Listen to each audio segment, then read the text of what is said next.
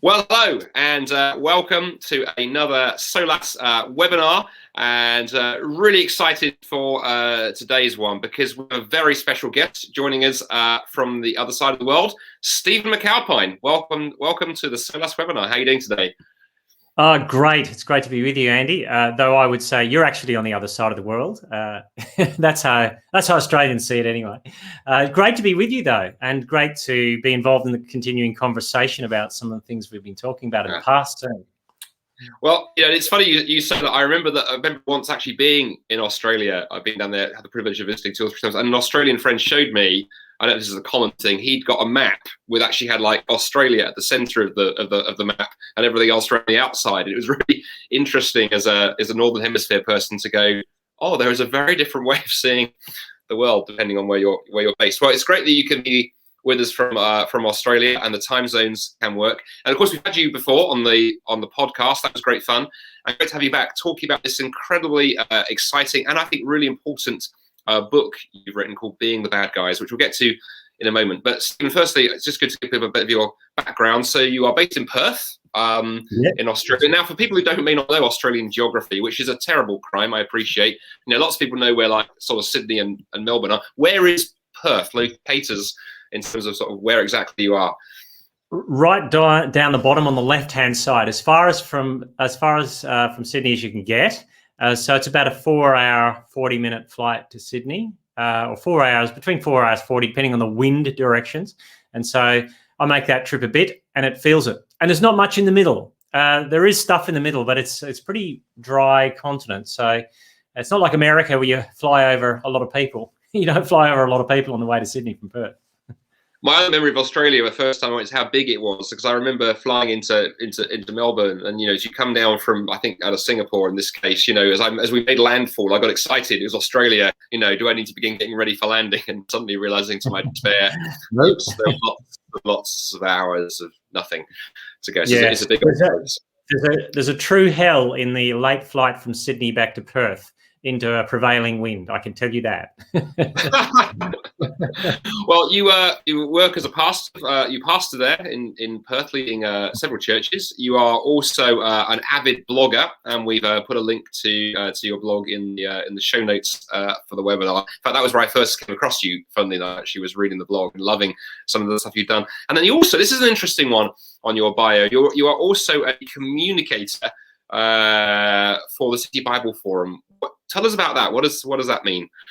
Well, City Bible Forum is it's throughout Australia. It's really a network of people working with city workers to bring the good news of the gospel to people working in office jobs, really. And the pandemic's changed a bit about how that's done. But my role is really, if people want an evangelistic talk, or we prepare material for people online as well, to come in and talk to people who've maybe a group of lawyers where a Christian who's involved in the legal profession has, with the help of City Bible Forum, set up an event or a prayer group or a small group of people who are asking questions. And I'd go in and we'd have an evangelistic conversation or a talk. So I've done, speaking to the suits in Sydney, I suppose. That's one of the things I do occasionally. And it's very effective. And also, for what I've enjoyed doing is having conversations about Jesus with people who've said to me that they come into the city with their armour on, ready to engage with the city, because it's a tough gig working in the CBDs of our Western cities. And just having a conversation about Jesus and about life is very disarming for people, as some of them open up a lot to talk about their own lives. I shall avoid the obvious joke about lawyers and definitely needing some kind of help there. That was like a really wide open goal. But actually that part of your life sort of segues nicely into what I really want to obviously talk to you about on this webinar, which is your book, Being the Bad Guys. Because I think the thing I find fascinating, Stephen, and some listeners may be sort of finding sort of curious, is that, back in perhaps the 1950s and 60s, the sort of so-called secularisation thesis really was being pushed, that religion will die out. You can read lots of writers and commentators, can't you, a few decades ago, who were like, by the time we get to the 21st century, religion will be done and dusted and over. But that doesn't seem to be the case. If anything, we're very much living in the age of religion. And, here you are, City Bible Forum, going into the city, the heartbeat of kind of sort of Western capitalism, and finding an audience for things. And that fascinates me, but it also fascinates me how that perhaps then caused the pushback to change. The pushback, Christianity is false. Now the pushback is, well, Christianity is bad and it's repressive. Christians are the bad guys. People shouldn't look at that.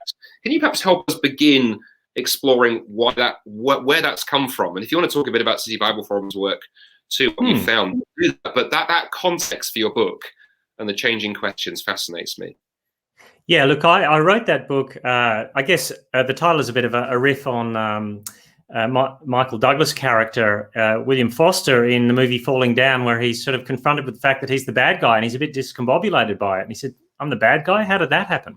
And so I was trying to explore the question of how did it happen that Christianity moved from being the do-badders, or the do-gooders, I suppose, to being the do-badders. Whereas I was at school in the early 80s, and it was a bit lame to be seen to be going to church because it was passé. My children going through church, or certainly their peers in going through school in other settings, they're experiencing, especially in public schools, that Christianity is seen as harmful to people's individual expression, particularly their sexual identity questions. And it seems that the sexual identity issue has come barreling down the highway at Christianity and said, if you can shift your views of Christian ethics to accommodate what I call the secular age on sexual identity being the core of who we are and our freedom to express it, then you'll be accepted at the table again. But if you won't shift that issue, then you're actually part of the problem, not part of the solution for our progressive narrative of where we're heading as a culture. And it seemed to me that the issue of sexuality had we hadn't watched it enough to see that it has become the prime expression of who we are. And to challenge that is to challenge someone's core identity. I think that's part of the issue where the harm issue comes in. And so when someone like Bruce Jenner became Caitlyn Jenner, so the great athlete Bruce Jenner then transitions to being Caitlyn Jenner, Vice magazine had an article that had a picture of Jenner draped, over a lounge, looking sort of very feminine, and it said above Caitlyn Jenner's head, "The moon landing, the fall of the Berlin Wall. Once in every American generation comes a moment that changes the world. For millennials, that moment was last night," and that was the shift of Bruce Jenner to revealing himself as herself, Caitlyn Jenner. And it seemed that the whole idea of understanding who we were as humans moved from the moon landing, which was looking for truth up there somehow, and that progress narrative of the 60s, to looking wide in community, which was the X generation sort of, look, we can tear down all the walls and we can be a big community together and find meaning.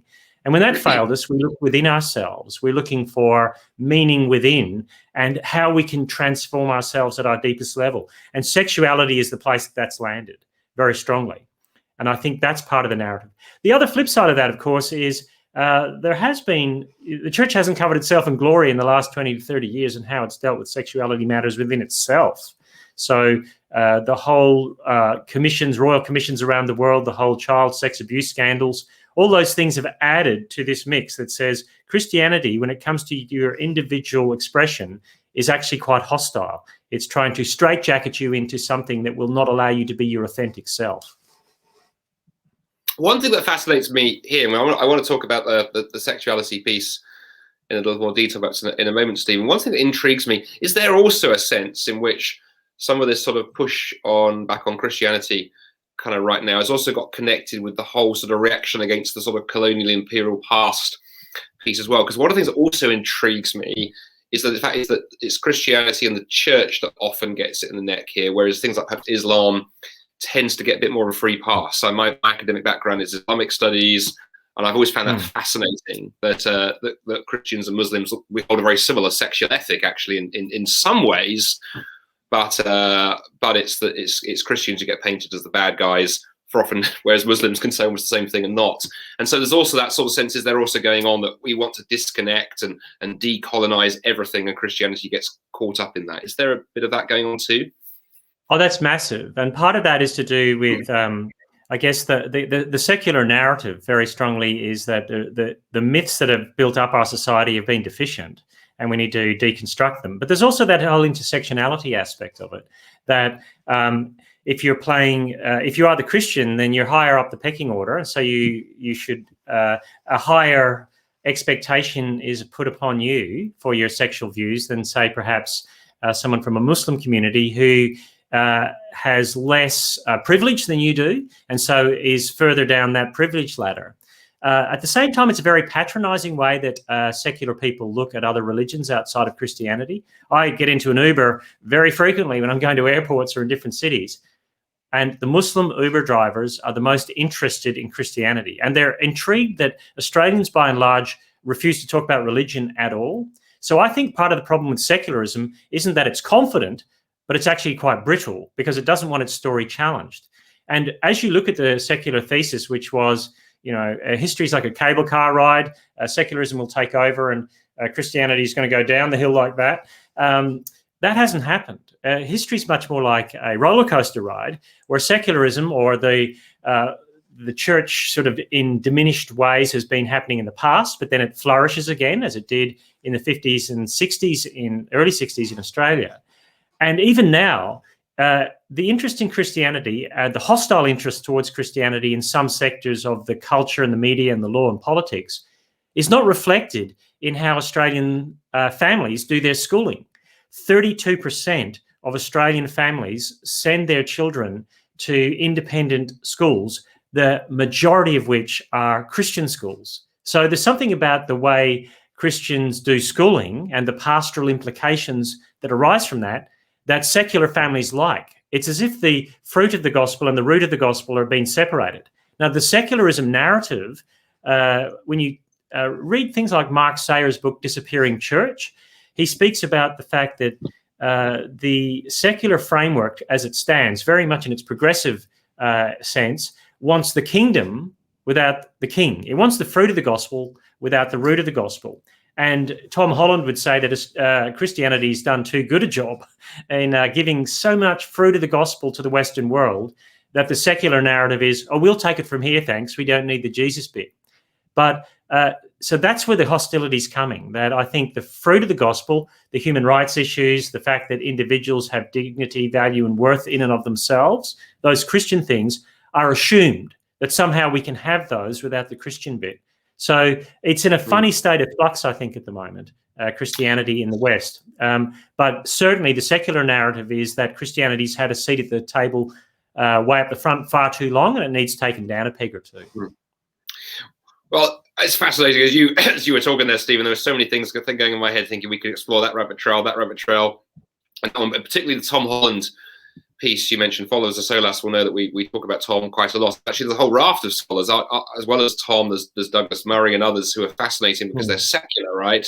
But I think really seeing something in Christianity that they think both is important, but may have been missed too. I'm also struck as well that your comment there about the Uber taxi driver thing. I've had that experience too, that I often have the best conversations about faith in taxis going to places. But I also wonder whether in your work with City Bible Forum, actually, the danger that the secularization piece is doing, if it's not careful, is it's for people who want to explore spirituality, who figured out that there is more to life than just the 9 to 5 and promotion. It makes it very hard for that kind of person to kind of sort of find the space to say, actually, I'd like to talk about spirituality. I'd actually like to talk about Christianity, because you were sort of, and so actually the secularization thesis does huge damage to people, I think, actually, because it doesn't create the space for conversations about the big things that matter. No, you're right, it doesn't. And I think what we've tried to do at City Bible Forum too is say, how can we create those third spaces, those places that we can have those conversations? And I spoke at something in Sydney a while back, and then I was walking through the CBD trying to find a small gift to bring home to one of my children, and a man walks up to me and said, hey, I was at your talk this morning, and it was a good conversation and we had, and I assumed he was a Christian, but he wasn't. And he was a CEO of some company in Sydney. And he just had a chat about it, that he went to a Christian school when he was young, but he realised he needed something more in his life and that the city wasn't offering it. And he would have been in his early 60s.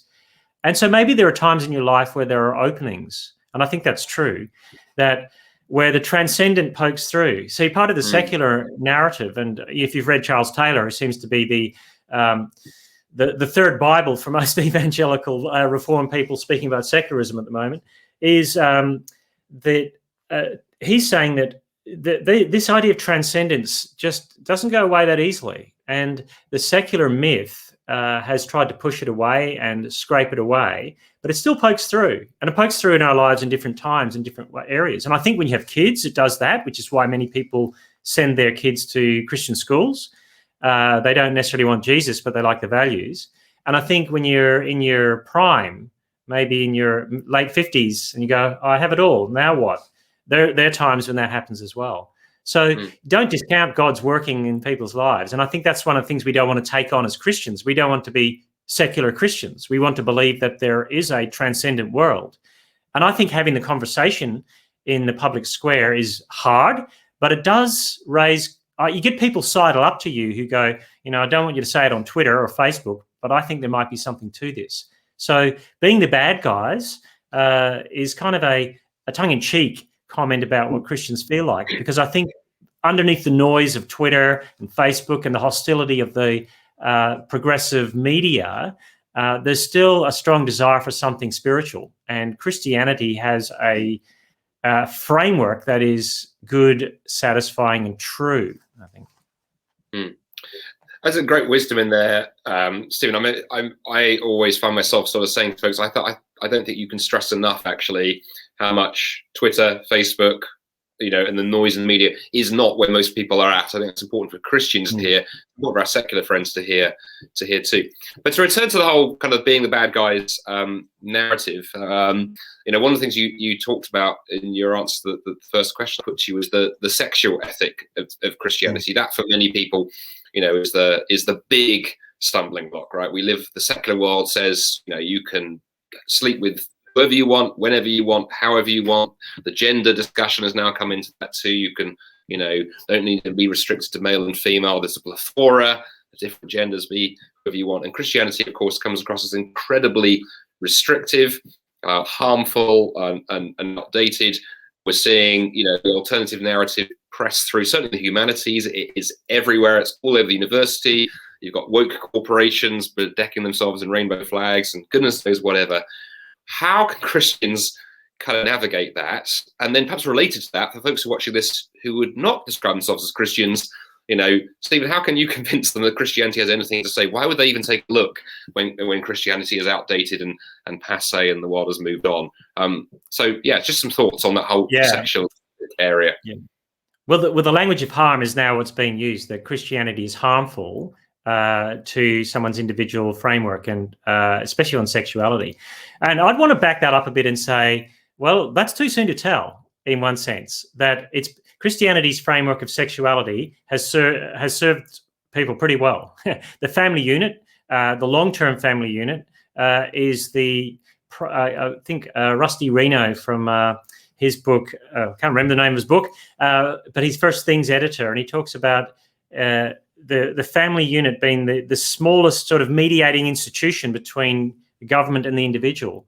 And it's that little body politic that's the family unit, that of husband and wife, of children, and wider community than that. But it is a small mediating institution. It's very important, and it's been a healthy thing.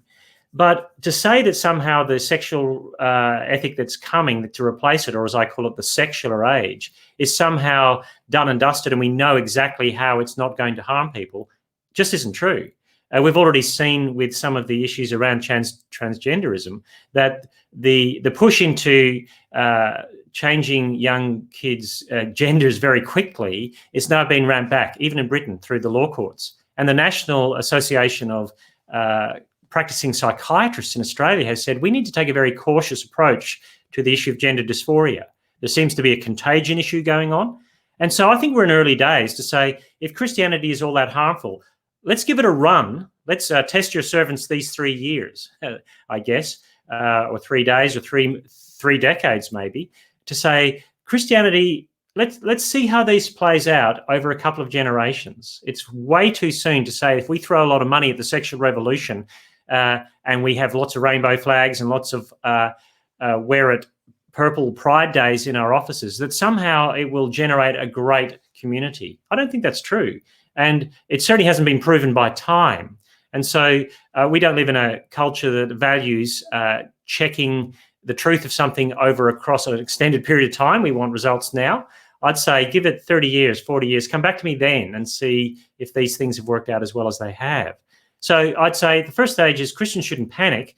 They should model in their own lives what it looks like to live godly lives and be what I call repellently attractive. And be such people that if people go, I know those Christians and their sexual ethics, that's really harmful. But gee, look at the way they live their lives. Look at the way they do forgiveness. Look at the way their family units are working well. Now, that puts it on us as Christians not to live exactly the same way in our sexual ethic as the world has, because hyper-individualism is at the center of that sexual ethic, and Christians can take that on in slightly sanctified ways as well that aren't helpful. So I think we need to examine ourselves. Have we really created a better story, as Glenn Harrison would say, that the way we've lived out our lives as Christians in our marriages and our families and our churches reflects the good news of Jesus? And we maybe need to take an inward look before we then come hard and say anything against where the culture's at. Yeah, I'm very struck, Stephen, by your point there. That in one sense, I think it really is too early to tell, if this new kind of sexual revolution is going to help folks out. It was interesting. I was listening to a podcast just the other day with the writer Mary Eberstadt, who's a cultural critic in the USA, who's written an amazing book called Primal Screams. And that book is really looking at, you're aware of it, right? How the sexual revolution has let down so many people, especially young women. Actually, she picks up, who it hasn't been a liberating thing. It's been something that's caused all kinds of stresses and so forth. And I do think there's maybe something there about Christians making sure not merely are we showing a better story, but also being there to help pick up the pieces when the current story explodes. But Stephen, you mentioned a little phrase there that I'd love you to unpack, actually, because I think it lies behind so much of what's going on here. You mentioned hyper-individualism. And I think, we live in an age in which really that is the meta-level story. How do you see that playing out in culture right now? And how is it, I think, causing problems for Christians, both in terms of engaging with it, but also when it comes into the church? Yeah, look, it is interesting as a pastor, because I think working as a pastor as well as a blogger and writer, I see both sides of this, that if you come into a church community, you're saying at one level, I'm parking some of my individualism at the door. Now, you don't do that too much, otherwise you end up in a cult. But we take on the narrative that what is this church here to do for me, rather than how can I be part of the body of Christ that meets in this local area. And so Christians have to start asking themselves, as times get tougher for Christians, and I think they will, and as it feels that the culture itself is becoming a little bit more hostile to itself, not just to Christians. I think Douglas Murray's right that forgiveness is falling off the radar in our culture generally.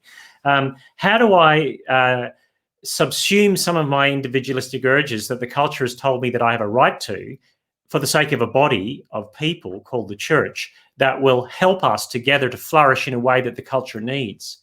And so the hyper-individual thing is, we're marinated in it. It's Disney. It's be true to your heart, whether that hurts your spouse or not.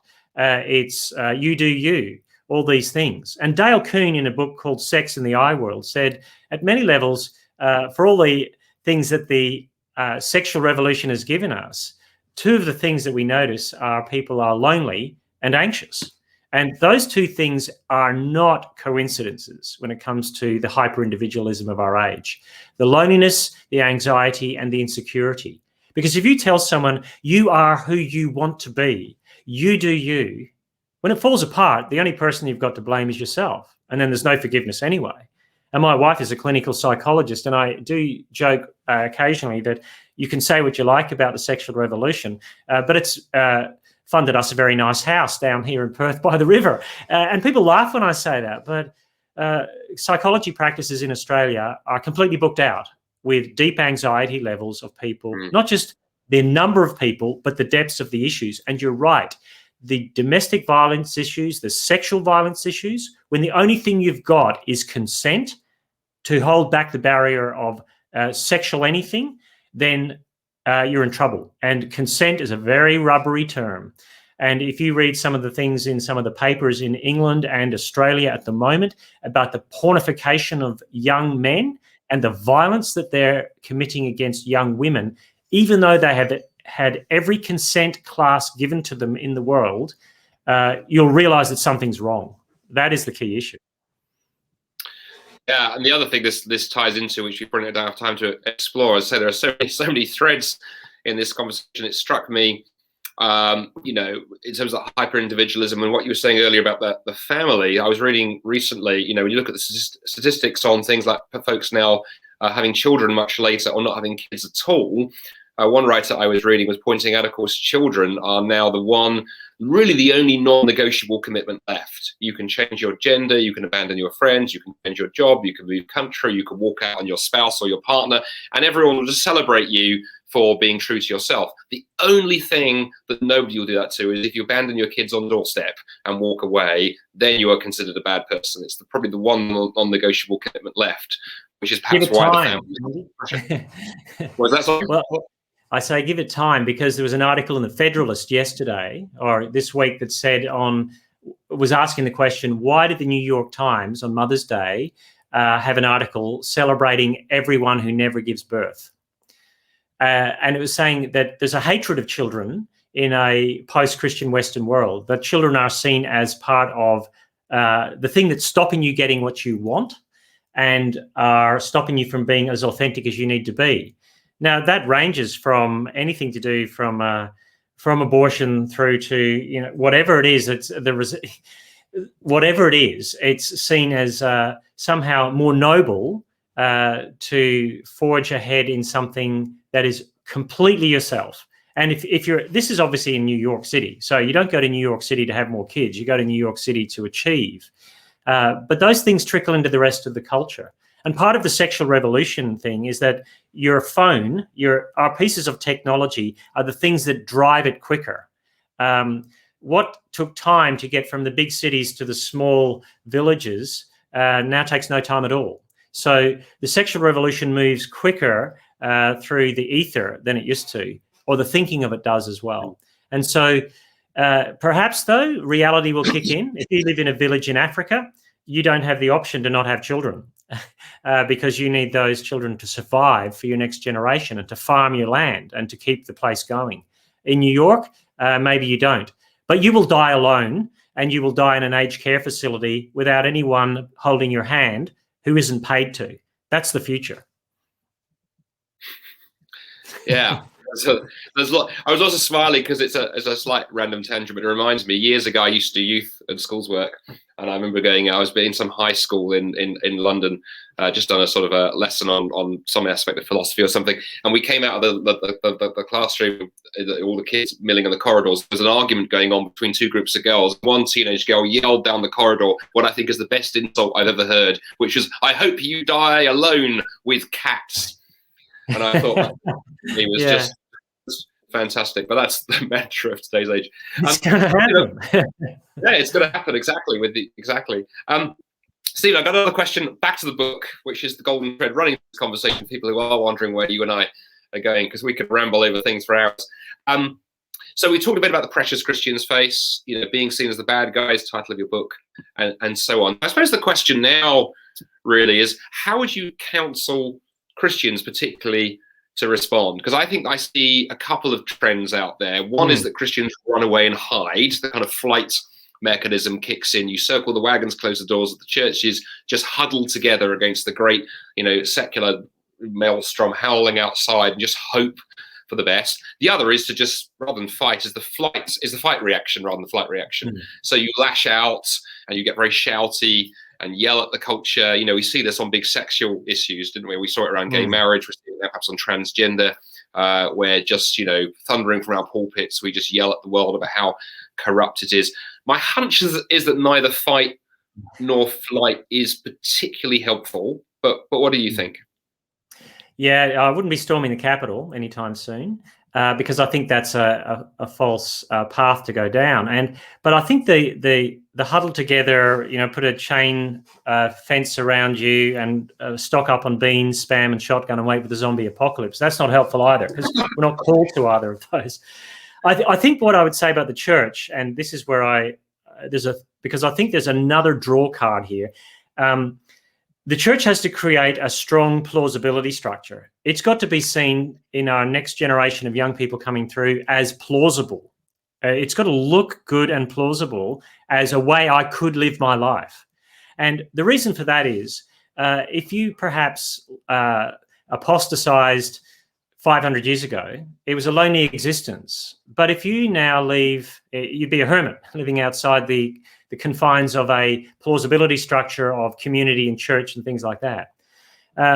But take Josh Harris, for example, who leaves Christianity behind, and he doesn't leave it to nothing or a cold, lonely existence. There's a whole gospel waiting for him, a good news story of how once he was blind, but now he can see. He can see that this secular age and what it offered was much more attractive, much more compelling, and much more able to offer him a vision of human flourishing that the church wouldn't.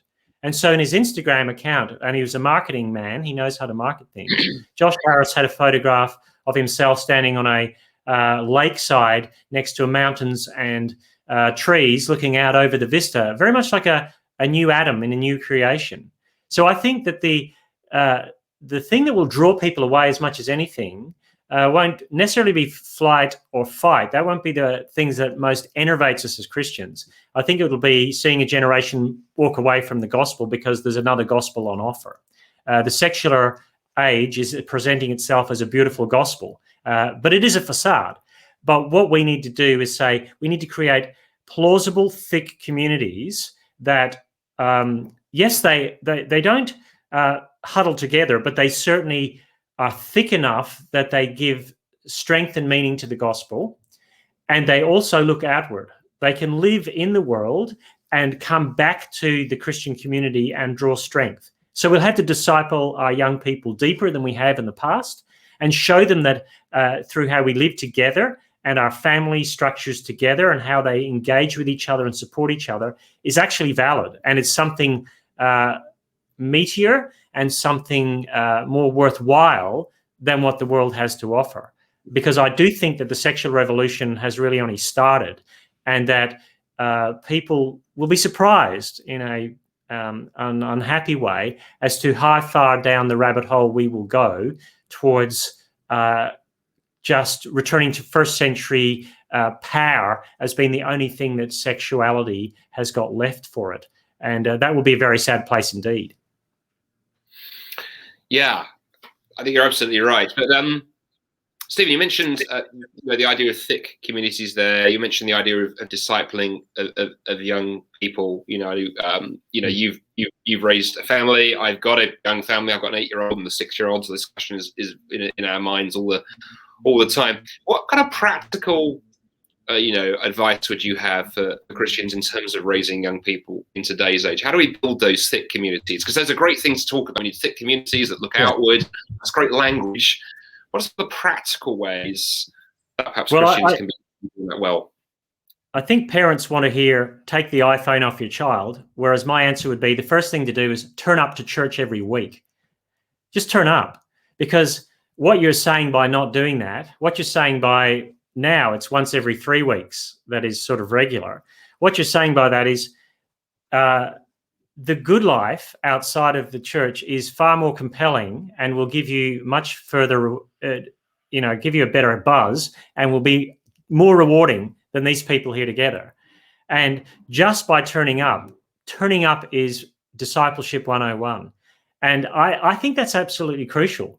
But doing it in such a way that it turns up to just the drip filtered small stuff of life together as Christians, meals together as families, sharing life together, doing church in very sort of normal everyday ways, because it's those liturgical practices, and I use that term sort of more technically rather than just reading liturgy, it's those practices that will embed themselves, but also being ready to offer forgiveness and showcase forgiveness to your own children.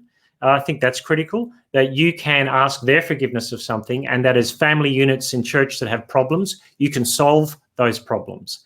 I think those things are overlooked as they're a great apologetic for the gospel for our own kids. Because here's the other thing you'd want to realize.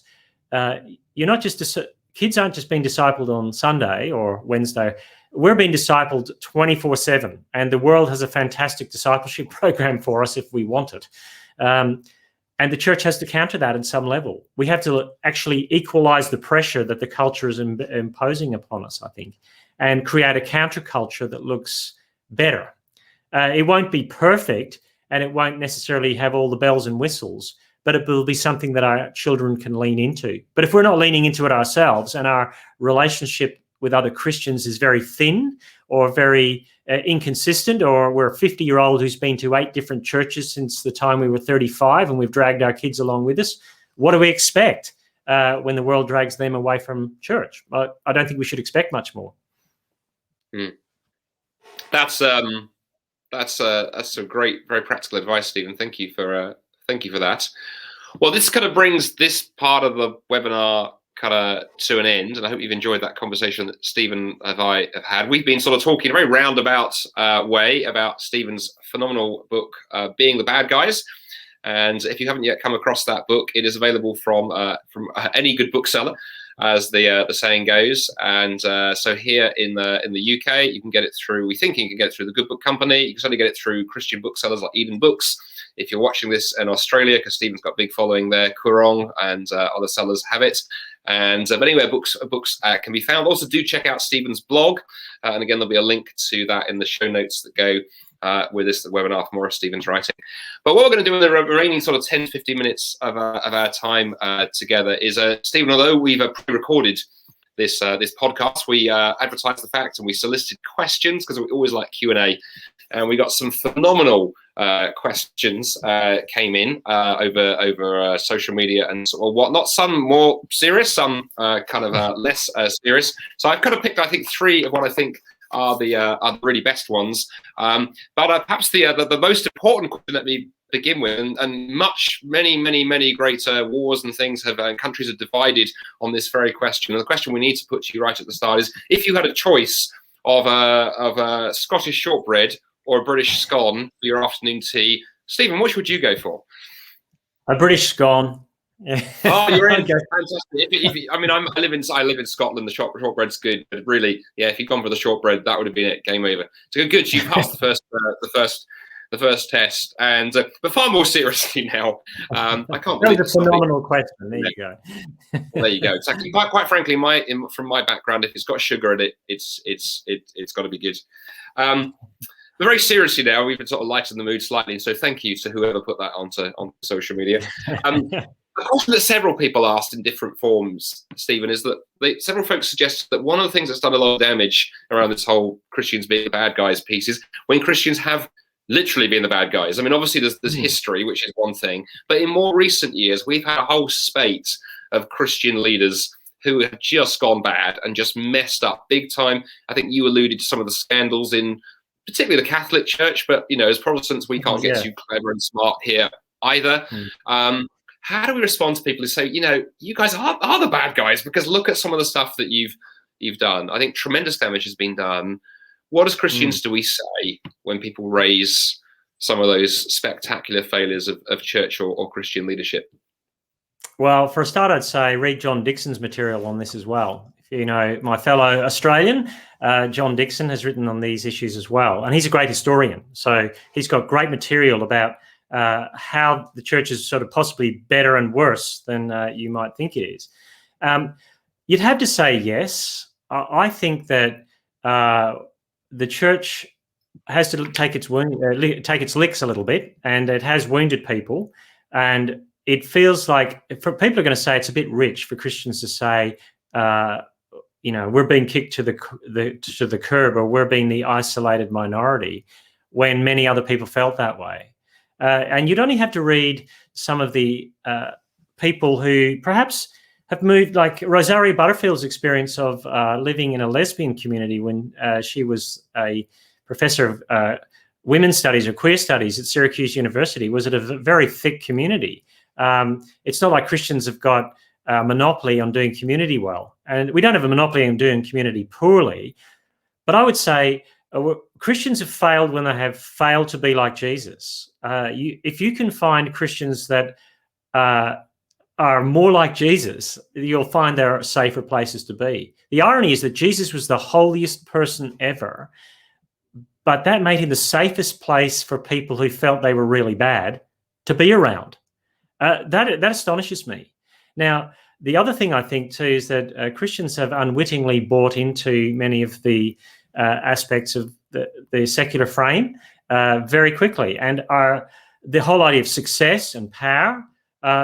We're starting to get a beating for those, and I think maybe the next 100 years in the West, and I'm extrapolating that out over a century.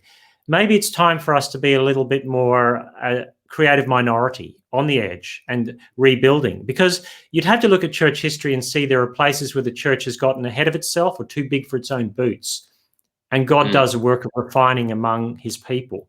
So I would say if a Christian can be honest about their own sin before Jesus, then we can certainly, as Christian communities, be honest about our collective sins before the world, even if the world scorns us for it.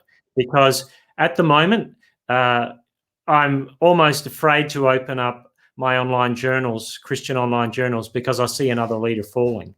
And it's very much that the name of God can be under disgrace because of our behaviour. So we have to admit that. I don't think we can get past that. Yeah, and that point you made there about what it looks like over the next 100 years is interesting, because we had the previous webinar, or certainly a previous webinar to this one we had at SOLAS. We partnered with Open Doors. They do a lot of work with the persecuted church, and one of the themes that came through that was that actually I think there's a lot we could learn in the West from our friends who are brothers and sisters in the East about how to do evangelism from a place of minority, not from a place of being, in cultural power. For too long, I think in the West, perhaps we've assumed, people should listen to us because, hey, we're Christians, and that I think that horse is well and truly bolted. Which brings me to the next question, Stephen. Actually, next question that somebody has asked, which came in on our Facebook feed. This is from a Christian. I'm not sure the last one could have been from somebody who either was or wasn't a Christ follower, but this is clearly from a Christian. And this person's saying, I sort of despair of trying to share my faith in today's age, because it always ends up in arguments. Every time I try and talk to a friend or a colleague about Christ, whatever the issue is, suddenly now just begins a big argument about whatever, and I almost want to give up. How can Christians share their faith and engage some of the tough questions that are out there, but do it without it descending into just fighting? Yeah, I had an interesting conversation yesterday with someone at a welcome lunch at the church I'm helping out with, and he's my age, walked away from the church a long time ago, an academic, sort of loosely atheist, been married a couple of times, and we had the conversation. I could see that I just got to be careful how I navigate the conversation. One of the things I just think we've got to do is say, before I say anything, because the apologetics of the 80s and 90s primed us with a loaded gun to answer all these questions, perhaps the first thing I need to do is really listen to what the person is asking me, and then not assume that I know what's going on in their lives. I think that's one of the things we haven't done very well, because we want to make sure that we're on the front foot. A lot of us are trained in the art of apologetics, or poorly trained in the the art of apologetics, poorly trained enough to be dangerous with it, and we just want to give an answer. What I think we need to do is perhaps listen and say, what is good news to that person? Sam Chan's got some good books on this as well. How to evangelize without being that guy. So in one sense, it's a book that's a little bit, it's the flip side of mine in good ways. That we have to start listening to people a lot more deeply, because we can't assume that we know what their frameworks are. I don't think the apologetics of the future is going to be ticking off boxes about 6 arguments about why God might exist. I think it's going to have to be, here's how life can truly be lived in such a way that makes sense. But in order to do that, you have to actually listen to people. And I don't think we see people as projects way too quickly. And I'm not dissing that person who asked the question, but I've started to say, I'm going to hold my fire. I'm the kind of person that can come in and bam, bam, bam, shoot down people's objections with a little bit of condescension. And I'm starting to learn to hold back and just listen a little more and think, what is the gospel to them? As in, what is good news to them? It sounds like it's a very different good news to me, but underneath that, they're asking the same sorts of questions. And maybe it is a case that we need to listen a lot more over the next 10 years. True, we can speak, but in some way we probably haven't listened as well as we could have, especially as this seismic shift has occurred in our culture on this sexuality issue. Thanks for that, Stephen. Lots of really helpful wisdom in there as ever.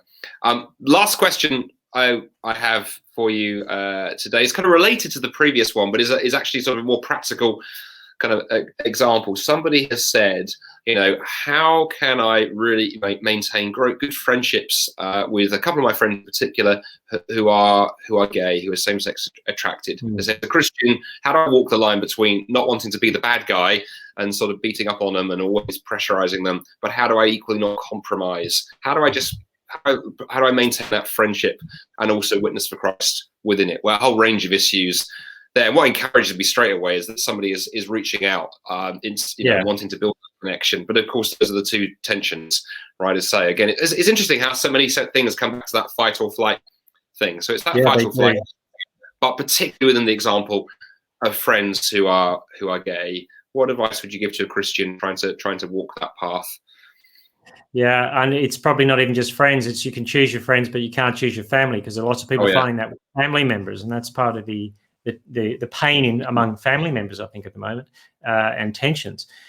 I think part of the issue is you have to do that over the long term, and because I've got extended family members who are gay, and the first time I met them, when they found out what I did for a job, they didn't ask me, do you believe in dinosaurs?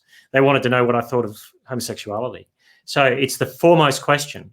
So part of the issue is saying it's not the only question I'm interested in about you. And it's probably not even the primary question we're going to talk about.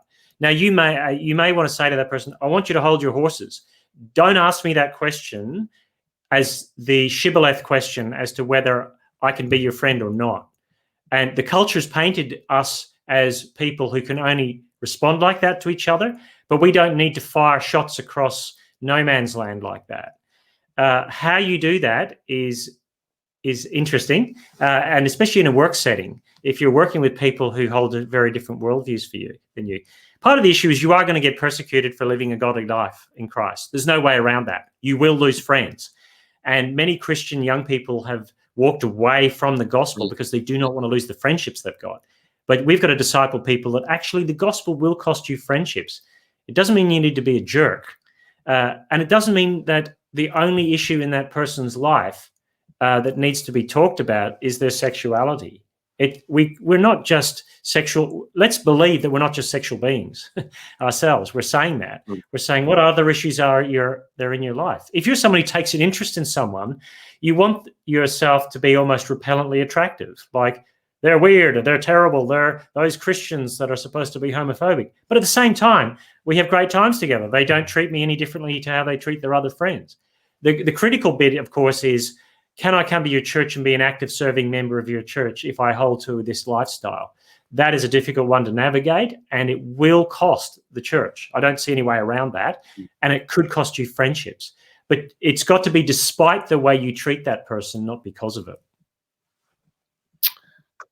Well, I think Stephen, that's a great place actually to end the conversation, because I think that's a great piece of wisdom for how we live our lives in the world as Christians, right? That if we live in such a way that there is nothing that people can pin on us other than ultimately maybe they disagree with us on some things, but they see Christ modeled in the way that we treat them.